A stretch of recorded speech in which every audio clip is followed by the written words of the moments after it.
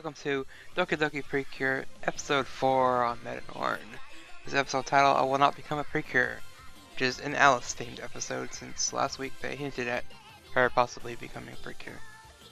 And this episode opens up with Alice at an elementary school, I'm assuming, and she's being bullied by a couple other students that are a little bit bigger than her, and they're picking on her. And while that's going on, Mana and Rika arrive to kind of like calm things down and save their friend. So I guess giving you a hint of the fact that these three characters are childhood friends, even though it seems like Mana is more of a childhood friend with Rika than anything. So, but it's nice to see this change. For me anyway, it's new. I know it's not entirely new, it's part of the Precure. I've done it in the past, but hey, it was new to me, so that's all that counts.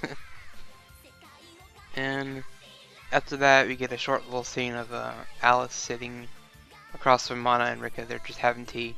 It's like normal, casual to them, until Alice reveals that she found the orange fairy named Lance that they left behind in the last episode, not realizing they left him there. Her there. I think it's a her. But that's not the only thing she reveals. She reveals the fact that she saw Mana transform into Cured Heart, like I think the first two episodes, yeah, second episode, and she's coming back to her and just saying like, I have, proof you transformed then, but I'm not gonna expose this to the world. I'm gonna keep it a secret, but you have to let me be your producer. And both of them are kind of like confused. I was confused too. I was like, producer? What are you talking about? They're not idols, so how are you producing them? But I guess the way she made it come off is she's gonna help them, I guess, with finding the monsters and defeating the monsters.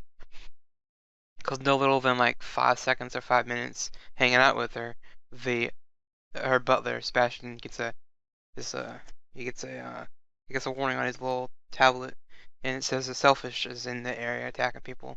So I guess Alice kind of takes them along on like a mission, and it was pretty funny watching Mana and Rika and their cure forms like on the roof of a car. Like it was like something like Need for Speed or Tokyo Drift, that kind of movie. Because if the limo kind of like drifts by and like stops, like kind of funny. And Mana almost gets sick, which was weird. I guess she's maybe suffering from a little bit of motion sickness. So, but before that, we had Ira. He summoned the monsters of the week with like an iPod this week with like it shoots like laser beams out at speakers and everything. And during the fight, the monster kind of starts beeping, and Ira looks back like, "What's going on?" And not realizing the monster he chose from like a little iPod thing is running out of battery, so it dies, which was kind of random, but hey, it works, whatever. And during the fight, Mana and Rika are fighting in their cure forms, and Alice kind of sits there with earplugs and drinks tea while watching the other girls fight. And Lance is confused. He's like, "Why aren't you helping your friends?" So I guess they established something that maybe those two are already contracted or something like that. They're already a team, but maybe I think Alice refuses to transform. Which is kind of the theme of the episode. You have Lance. He was like asking her several times during the episode, "You want to become a Precure, become a Precure, all that," for a good chunk of the episode, which was fine. I mean, he just wants. He's totally told in the episode that he was sent to this world to find a Precure to be a partner with, and he was brought to her.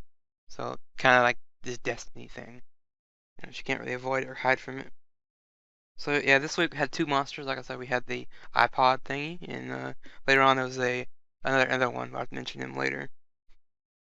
But we got to the part where Lance is asking her several times, "Why don't you become a Precure? Your friends could use your help," things like that.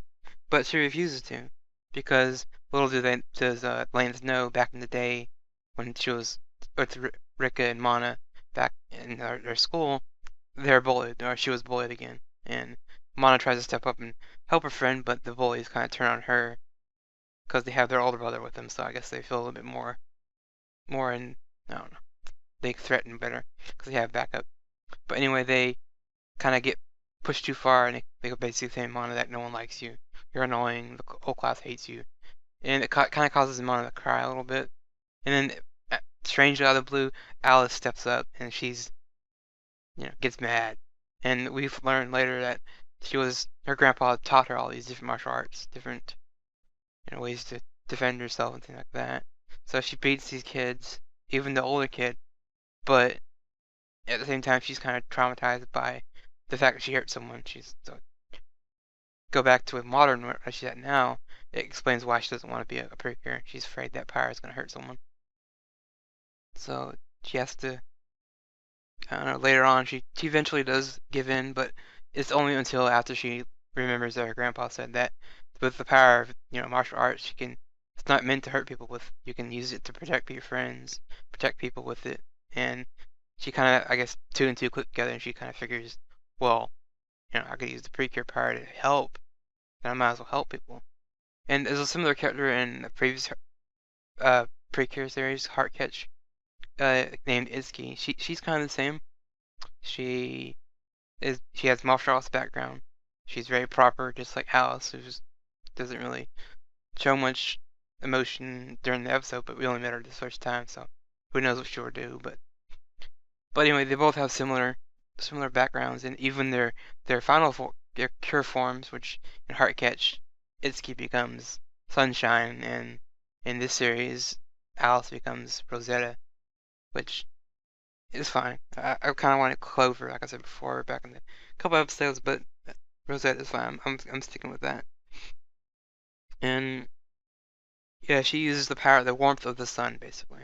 And Itsuki and Heartcatch is kid similar. She had the sun ability, so you had that going on. And Alice's power is able to use, like, she's a defense type. She can put shields up and block beams and stuff like that, which is kind of cool when you have.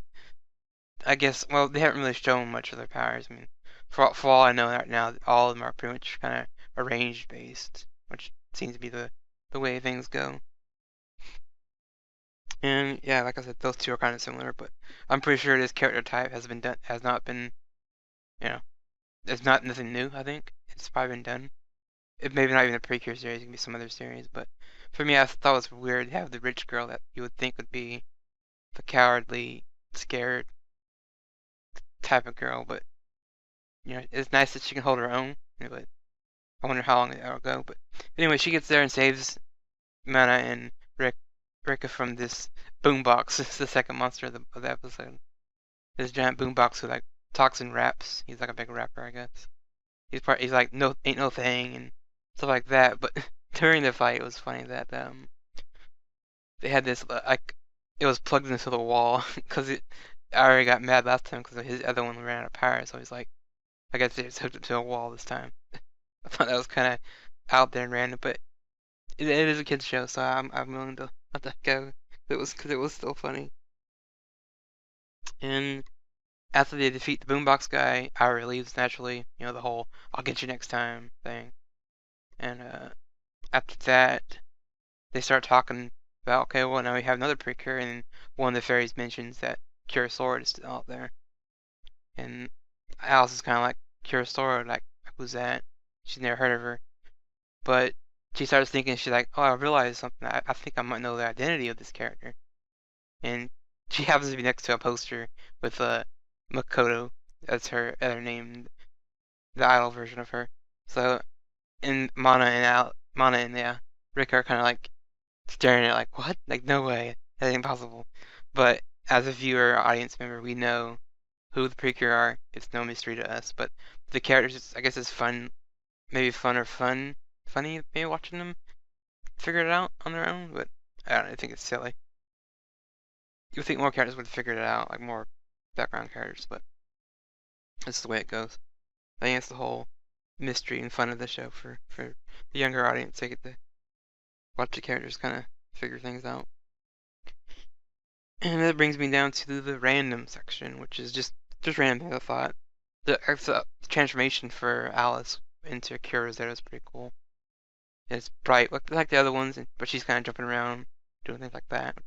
kind of fun watching. And the last random thing, this series, yeah, it's kind of come out of limb saying has a story, because every anime has a story, so, and every Precure has a story, but this one seems to be more like going with the flow. Smile last season, it seemed to be a flow at the beginning, like he introduced the 5 girls, but later it gets kind of weird where you have the characters that some of them turn invisible, some of them switch bodies, some of them become fairies, they become kids, get shrunk, little things like that. So in Doki, it seems to be like they're going from like one episode that leads right into the next one, like a continuous story basically, where you're not gonna have. I'm pretty sure we will have it later in the end of the near the end, where we have all these one-shot random things that happen. So who knows? Maybe it might be more of like a point A to point B type of story, but it might be point A, B, C, D, E, F, G by the time we get down to episode 30. But anyway, enough talk on that.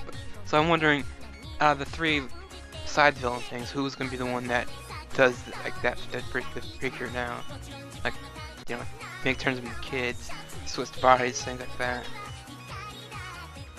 Not saying they won't ever do it. They probably will, because they gotta have something to do for 48 episodes, or however long this series will be. They've yet to do a very short, like 26 episode series. They do. Big commercial shocker to some people. So, anyway, episode 5 will be about Makoto and her change from, I guess, revealed to everyone that she's Cure's sword. Well, I mean the main cast anyway. So, that's my review for episode 4 of Doki Doki Precure. Catch you next time for episode 5.